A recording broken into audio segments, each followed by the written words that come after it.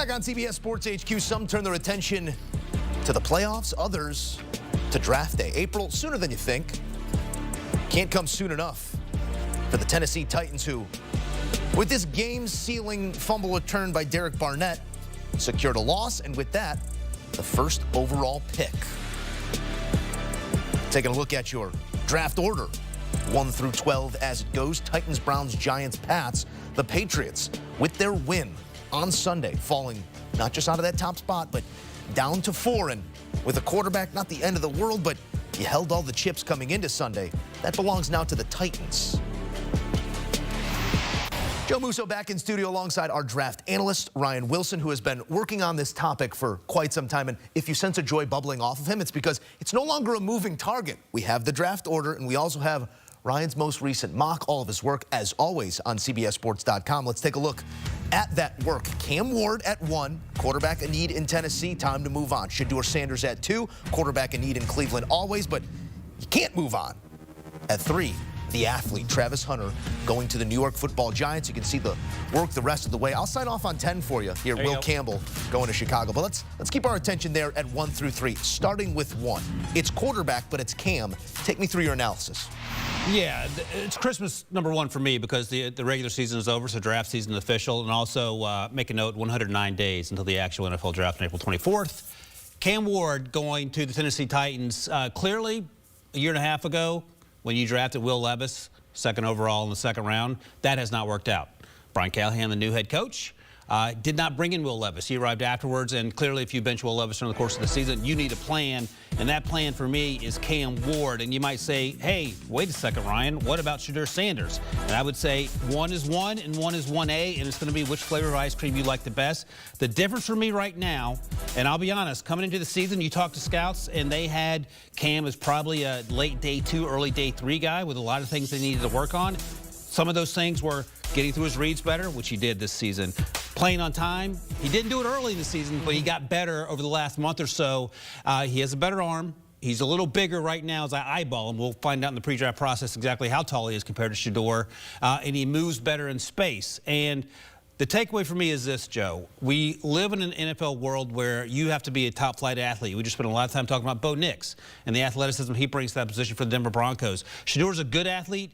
Cam's a little better athlete, and I think that buys you the extra time you need, especially if you're playing on a bad team behind a bad offensive line, which will probably be the case for both of these guys. It is a supply and demand economy. That is the supply, and there is always demand at the top of the draft for quarterback play, high-level stuff at that. We'll see how they develop as this quarterback class a year ago has sort of passed with flying marks across the board with all this young talent. We'll see if that continues in this class. At number 2, the supply would then say, hey, Sherrod Sanders, Cleveland. This becomes a 2-part question. Does he make sense? You can obviously take that money on. It's a rookie contract, but does the Sanders family allow him to become a Cleveland Brown? And that's going to be the reality, right? Because Coach Prime has said that he will privately have some say in where Sherrod ends up, and you understand that. And whether you're a fan of Ohio, the state of Ohio or not, I think the bigger issue for Cleveland is that dysfunction reigns in that organization. And do you want to send your son or even someone you like a lot that's not even related to you to the Cleveland Browns? And that could be the real concern. I don't want to say Sherrod does not have a say, because he will. Eli Manning had a say when he chose not to go to the then San Diego Chargers. But all that said, and we talked about this earlier, they reworked Deshaun Watson's deal to add some money to the end of the deal to give them a little more wiggle room. Myles Garrett has made it clear that he's going to have conversations about the direction of the organization, and it feels like to me that the direction needs to include a quarterback, because when you can get Joe Flacco off the bench last year, off the couch, excuse me, and go to the playoffs, and you can bring in Jameis Winston and win some football games, without Deshaun Watson, you need to fix that position, whether you're paying him or not. So we'll see what Sherrod Sanders wants to do, what Coach Prime wants to do. But if you're the Cleveland Browns here, you can trade down, but you're not going to get a quarterback if you trade down, and that has to be the ultimate decision once we get around to the actual draft. Deshaun Watson and the Browns reworked that contract, but some of the contract also says he's going to be there. The dead cap number prohibitive over these next 2 years. But again, a rookie contract, it can be felt. A dead cap number, the Broncos show you can win with some dead money on the books, but a number that Deshaun Watson's going to represent probably unfeasible. We'll see how it plays out at 2. With that being the pick at 2 for Cleveland, if it does settle there, the man who wore the Giants' cleats to warm up in his bowl game, doesn't become a Giant, but his teammate does. Travis Hunter, what does he do, and which side of the ball does he play for the Giants? Both, to answer that question. Okay. And, I mean, he's so good you might consider playing him at quarterback because obviously that's the biggest need they have. And you talk to Giants fans, and all of them would love to have Travis Hunter, but all of them want a quarterback first, and now they're just on the outside looking in because they won 2 of the last 3 weeks. We've been through that. But what does Travis Hunter bring you? He's the best player in this draft class, and it might not be close. He is special, and he does things that very few people on planet Earth can do. He plays 120 snaps a game for Colorado, so he'll play 60 on the defensive side of the ball, which is where I think he starts in the NFL. He's a shutdown corner as much as you can be in today's NFL. Then you have a package of 15 to 20 plays on offense because he is a game changer.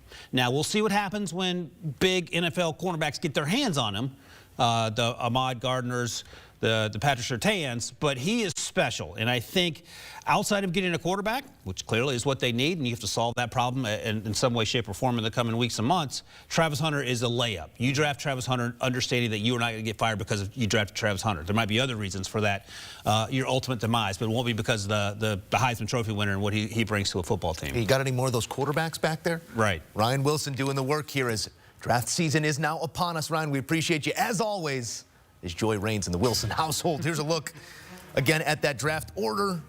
Titans securing the first overall pick with a loss on Sunday. That Patriots victory, dropping them down to 4. Beyond 4, it'll go Jags, Raiders, Jets, Panthers, Saints, Bears, rounding out your top 10.